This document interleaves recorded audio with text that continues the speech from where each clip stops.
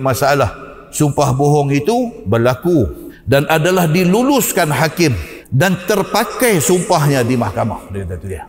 Sanggup sumpah dalam mahkamah. Sanggup ni bukan macam mahkamah siwil pi sumpah apa? Saya bercakap benar, tidak ada yang saya cakap ni melainkan benar belaka. Itu dia sebut, dia tak ada erah apa. Dia sumpah wallahi wabillahi watallahi, dia bohong gua dah.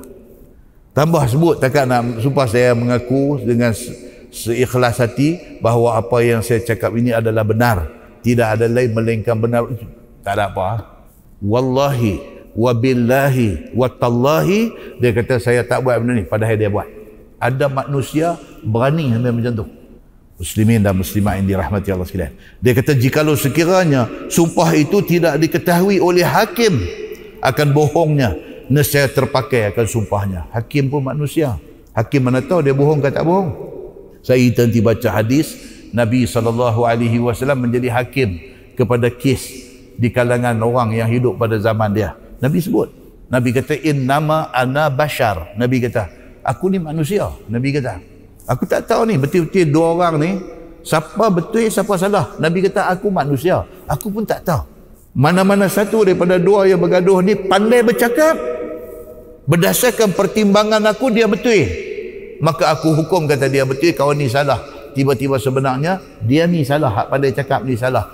Nabi kata walaupun aku buat keputusan dapat kat dia, hak dia dapat tu sebenarnya ialah sepotong api neraka. Nabi kata hakim, dia pun tak tahu betul-betul kes depan dia ni kawan ni salah, tapi dia engage dengan lawyer yang cukup pandai. Lawyer masuk pergi cakap, dia pandai, dengan pandai cakap, dengan pandai hujah, dengan pandai belit, dengan pandai semua, dia pandai ni, dia ada skill. Kes main tangan dia semua menang. Orang dengar-dengar kata piah dia ni. Dia pergi cari satu lawyer yang betul-betul pandai punya, lawan. Dia buat main hal teknikal tu, teknikal ni, akhirnya lepas. Pandai dia. Hakim dengar kepada perbicaraan, kepada hujah yang dikemukakan, kepada saksi yang ditampilkan, kepada bukti-bukti yang didedahkan. Hakim dengar dan hakim pun percaya kata dia ni tak salah, sebenarnya dia ni salah. Nabi SAW kata apa? Kalau aku jadi hakim dan aku buat keputusan macam ni, orang yang mendapat bahagian itu sebenarnya dia mendapat bahagian api neraka. Nabi kata. Muslimin dan muslimat dirahmati Allah sekalian. Sebagaimana telah berlaku yang demikian itu kepada Nabi SAW dan telah jatuh hukum Nabi yang demikian itu seperti di dalam hadis At-Tirmizi dengan kata Abdullah bin Mas'ud radhiyallahu anhu, dia kata faqala al-Ash'as ibnu Qais fiya wallahi kana dhalik. Maka berkata seorang sahabat Nabi SAW, nama dia Al-Ash'as bin Qais Al-Kindi radhiyallahu anhu, dia kata demi Allah benda ni berlaku dekat aku. Ni Al-Ash'as ni, dia kata benda ni jadi kat dia. Dia kata dia teraniaya di dalam pengadilan. Benda ni dibawa dan dibicarakan, dia di pihak yang betul, tapi kegagalan dia mengemukakan bukti, dia kalah dalam perbicaraan itu. Dia kata benda ni saya pernah kena, kata Al-Ash'as ni. Kemudian berceritalah Al-Ash'as ini dengan kata dia, kana baini wa baina rajul minal yahud ardun fajahadani. Dia kata, dia cerita apa yang kena kat dia. Antara aku dan antara seorang laki-laki Yahudi, kami share beli dan usahakan tanah. Al-Ash'as dengan satu Yahudi share, bawa keluar duit, pergi beli tanah dan usahakan buat kerja atas tanah tu.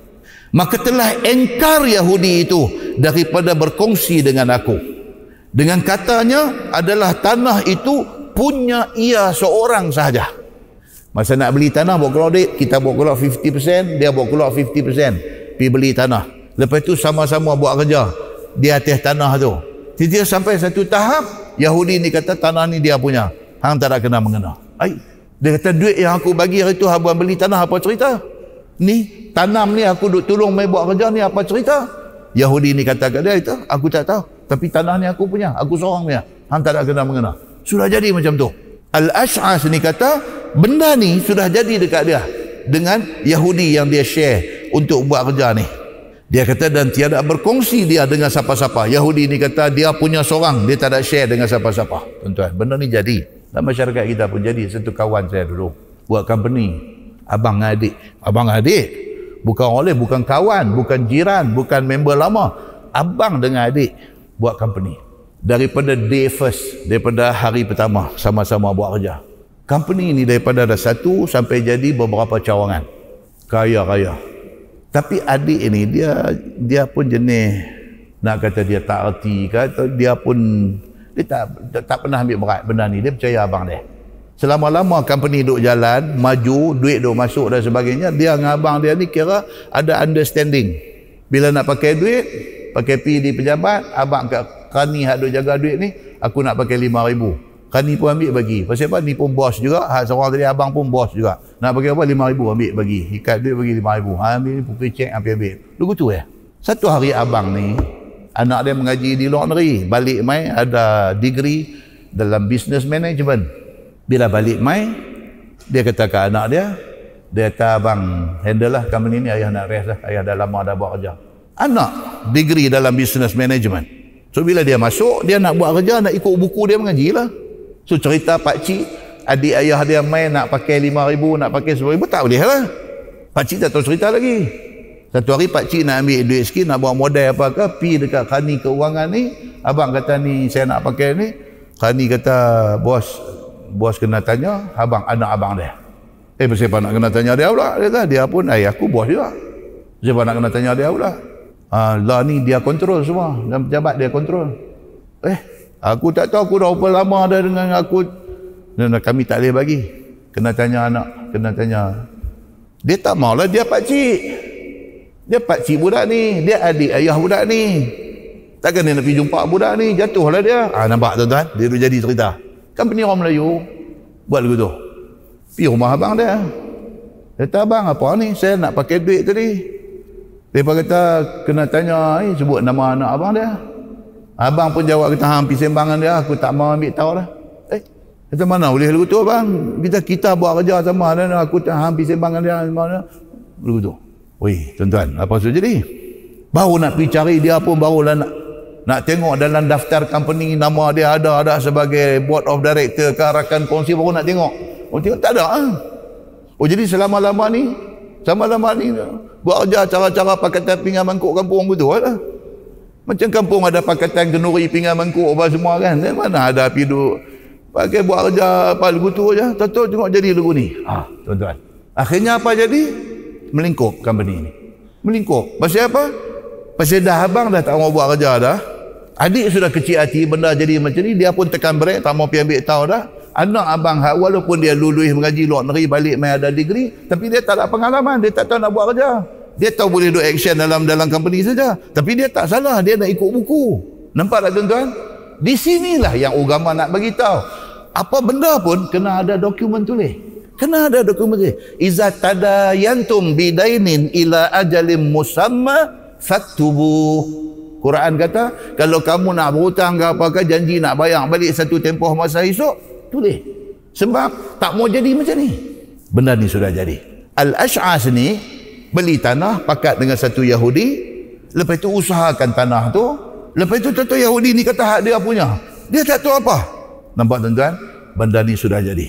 Masalah dia kata berguam di hadapan Nabi SAW. Kata Al-Ash'as, bila Yahudi itu engkar, tak mau dah kata tanah ni ada kongsi, maka Ash'as pun membawa pengaduan dia kepada Nabi SAW. Masa tu Nabi itu ada. Dia pun pergi cari Nabi, pergi report. Dia kata, ya Rasulullah, saya pakat dengan Yahudi ni beli tanah. Kami buat kerja sama-sama. Tentu hari ini dia pergi kata hak dia seorang punya. Ni macam mana ni? Dia pergi mengadu dekat Nabi.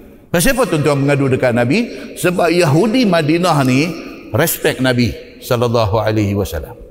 Maka dikatakan, kata Ash'as itu, faqaddamtuhu ila Nabi SAW. Maka aku bawa dan adukan benda ni kepada Nabi SAW. Dan hadirlah kami berdua berguam di hadapan Nabi SAW. Dia panggil Yahudi ni, jom pergi jumpa Nabi. Hang cerita kata hang tanah ni hang punya. Aku tak ada sangkut paut. Jom kita pergi jumpa Nabi. Iaitu Nabi sallallahu alaihi wasallam pun bersabda, faqala li Rasulullah sallallahu alaihi wasallam, alaka bayyinah? Ini mahkamah. Bila pi saja dia bertanya, apa bukti yang hang kata tanah ni share, dua orang beli dan sama-sama buat kerja? Hang ada bukti ke? Nabi sudah tanya soalan tu. Alaka bayyinah? Maka berkata kedua kami kepada Nabi sallallahu alaihi wasallam, yakni apabila ditanya akan aku, adakah bagi kamu Ash'as saksi atas dakwa kamu bahawa kamu berkongsi dengan Yahudi ini? Nabi kata, hang ada bukti, dokumen ataupun ada saksi yang boleh ditampilkan kata hampa share benda ni? Faqultu la. Maka jawab dia, Al-Ash'as jawab kepada Nabi, tak ada, dia kata. Surat apa pun tak buat, saksi pun tak ada lah. Yang ni kami dua ya, saya percaya kat dia kata. Lagu tu bila didengar oleh Nabi sallallahu alaihi wasallam, maka kata Ash'as itu, tiada baginya saksi atas dakwaannya itu, maka tidaklah Nabi sallallahu alaihi wasallam dapat hukum dengan dakwa sendirinya itu sahaja. Nabi kata macam ni susah ha? Saya nak buat keputusan macam mana? Kata hang ada share dalam tu, hang tak ada dokumen membuktikan, hang tak ada saksi yang boleh dibawa mai kata hampa ni share beli tanah ni. Macam mana saya nak buat macam mana? Nabi kata, kerana ada pada dakwa kamu itu lemah. Nabi kata hang tak ada saksi dan bukti. Dakwaan hang kata hang ada share ni, dakwaan ni lemah, dia kata. Dengan kerana itu berhadap Nabi sallallahu alaihi wasallam kepada Yahudi itu. Dah dia yang mendakwa ni tak boleh nak kemukakan bukti dan saksi, Nabi beralih kat Yahudi ni, Yahudi penipu ni. Kata Ash'as, faqala lil Yahudi ihlif. Nabi beralih dekat Yahudi ni, Nabi kata dekat dia, sumpahlah engkau dengan nama Allah. Nabi kata lah ni, dia kata hang tipu dia, tapi dia tak ada saksi, tak ada bukti. Hang kata hang seorang yang memiliki tanah ni, lah hang sumpah. Kata memang tanah ni hak hang punya, seorang saja. Hang bersumpah bahawasanya Ash'as itu bohong akan dakwanya, kata ada kongsi dengan tanah ni, dan tiada aku berkongsi dengan dia. Hang sumpah kata tanah ni hang punya seorang saja. Hang tak ada sanggup paut dengan Ash'as ni. Baik, masalah belum puas hati Ash'as atas yang dihukumkan oleh Nabi sallallahu alaihi wasallam itu. Ash'as dengar Nabi nak buat macam tu, tak puas hati ya. Bila didengar oleh Ash'as akan perintah Nabi kepada Yahudi suruh sumpah, maka terlintas dalam hati dia, apabila Yahudi itu disuruh bersumpah, tentu hilang dah harta dia. Dia kata nama pun Yahudi, apa benda yang dia takut dekat Allah suruh dia sumpah dengan nama Allah? Kalau suruh dia sumpah, alamat kata tanah ni habis ya, pocik ya, tak ada apa, tentu Yahudi ni akan sumpah. Dia sudah ingat macam tu. Kerana Yahudi itu satu orang yang tak boleh dipercayai akan sumpahnya. Maklumlah, dia seteru orang Islam.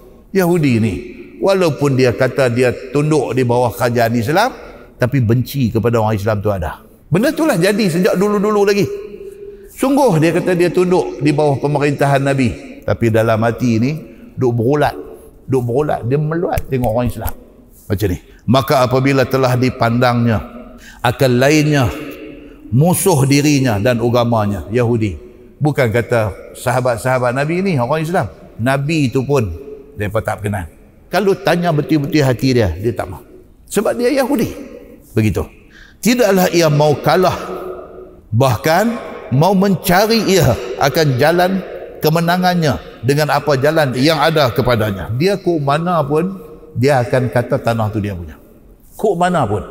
Maka apabila didengar oleh Nabi sallallahu alaihi wasallam akan suruh sumpah itu, maka dia terus berkata, faqultu ya Rasulullah, Ash'as ni, faqultu ya Rasulullah idzan yahlifu fayazhabu mali. Dia terus kata dekat Nabi, dia kata kalau macam tu, dia kata kalau tuan suruh dia sumpah, dia tentu sumpah punya, aku kenal dia ni, dia kata. Dan kalau macam tu, habislah harta saya. Ash'as kata dekat Nabi. Dia kata takkan nak selesai macam ni aku. Suruh dia sumpah, harta tu dapat ke dia. Habis saya macam tu. Dia tak berhati dengan keputusan Nabi. Dengan sebab kuat dakwanya itu. Jikalau dipakai sumpahnya itu, sedangkan hamba tidak ada saksi. Saya ni tak ada saksi. Kalau semata-mata dengan sumpah dia dapat, tanah ni habislah saya. Dia kata begitu. Padahalnya sumpah itu ialah sumpah bohong. Dia kata, ya Rasulullah, saya abang betul-betul, dia ni pembohong. Dia kata, Pak tuan-tuan, nak kemukakan saksi tak boleh, nak bagi bukti tak boleh, duk abang kata kau tu bohong ya. Api masuk mahkamah macam ni jalan. Kerana ia orang Yahudi, tiada apa suatu yang ditakutnya, sedangkan firman Tuhan pun dia tak percaya. Dia kata, nama pun kapiak. Dia kata, apa dia nak percaya dengan benda ni semua? Kan? Susah dengan dia ni. Satu kawan duduk di Langkawi, jiran sebelah orang Denmark, duduk seorang. Dia bini apa tak ada, dia duduk seorang. Berjiran dengan kawan kita ni. Nak buat parti di rumah dia. Dia buat parti, siap dengan wine-wine semua nak tunggang lah. Dia main jemput kawan ni pergi. Kau ni abang dekat dia. Dia kata, I cannot join your party because I'm a Muslim. Denmark ni kata dekat dia, what's wrong with you Muslim? What's wrong? No, we are Muslim. This one forbidden. Wine, Muslim are not allowed untuk minum wine. Dia kata, berapa banyak aku duk tengok orang Islam duk minum, tak ada apa hal. Dia pergi kata begitu. Sahabat ni pula, dia ni pula pergi duk abang pula. Dia kata, no, kita orang Islam duk baca pula kat Denmark ni, innamal khamru wal maisiru wal ansar. Saya kata kat dia, nama dia pun Denmark. Apa duk baca innamal khamru wal maisiru apa kat dia? Ya. Dia kata, saya nak terang macam mana tu, yang telefon ustaz tu, nak abang macam mana kat dia. Tak payah abang apa, tak payah pergi lah, kata. Dah lah, tapi susah ni dia. Lagi dia kata kita tak mau masyarakat dengan dia. Mampu pergi, kata masyarakat tak mau masyarakat. Takkan hang nak masyarakat dengan dia, dia ajak api minum. Hang kata tak apalah masyarakat, saya aku segelas ya, aku tak boleh lebih. Takkan macam tu. Untuk kita ni, ya Allahu Akbar tuan-tuan. Punya nak ambil hati orang ni sampai macam tu. Patut-patut aja dengan dia ni. Patut-patutnya pihak abang dekat dia, benda ni kami orang Islam tak boleh. Pasal apa? Pasal benda ni banyak keburukan daripada kebaikan. Pasal apa? Hang duk minum pun hang mabuk. Tengok apa hang duk buat bila hang mabuk. Cerita dia ni semua tak bagus. Hang tanya orang yang akal fikiran waras semua tak boleh terima macam ni. Abang cakap cukup. Tak payah pindu innamal khamru wal maisir. Tak payah. Muslimin dan muslimat yang dirahmati Allah sekalian. Yahudi ni bila Nabi suruh sumpah, dia katalah, Ash'as dikata dekat Nabi, ya Rasulullah, dia kata dia ni Quran pun dia tak percaya. Tuan suruh dia sumpah habis. Dia sumpah lagi tanah saya dapat kat dia lah. Dia kata gitu. Maka apalah rasanya kepadanya akan sumpah itu? Maka jawab Nabi SAW, apa aku mau buat? Demikian itulah hukum Allah. Nabi kata. Nak buat macam mana? Hang mai habang kata tanah tu hang ada share dengan dia. Hang tak ada bukti. Dokumen apa pun tak ada. Saksi apa pun tak ada. Hai mai dakwa. Dalam Islam ni ad-da'wa wal bayinat. Siapa yang dakwa dia kena buat mai bukti. Dan tak boleh buat mai bukti. Lah ni dia tak dipertanggungjawabkan dengan bukti. Sebab hang yang dakwa dia tak dipertanggungjawabkan dengan bukti. Jadi dia ni cuma kata apa? Sumpah betul ni hak dia punya. Itu cara dia. Nabi kata, silap hang. Daripada awal dulu awak tak buat satu surat perjanjian. Dia tak berhati, Ash'as ni. Dia tak berhati. Apabila seorang membawa dakwa ke hadapan hakim dengan tidak ada saksi dan tidak ada bukti di atas dakwaannya itu, maka hukumnya batal dakwaannya ke atas orang tadi. Itu cara Islam. Hang dakwa dia, hang tak ada bukti, habis hang dah kalah. Mahkamah cuma boleh suruh dia bersumpah ya, takat tu ya.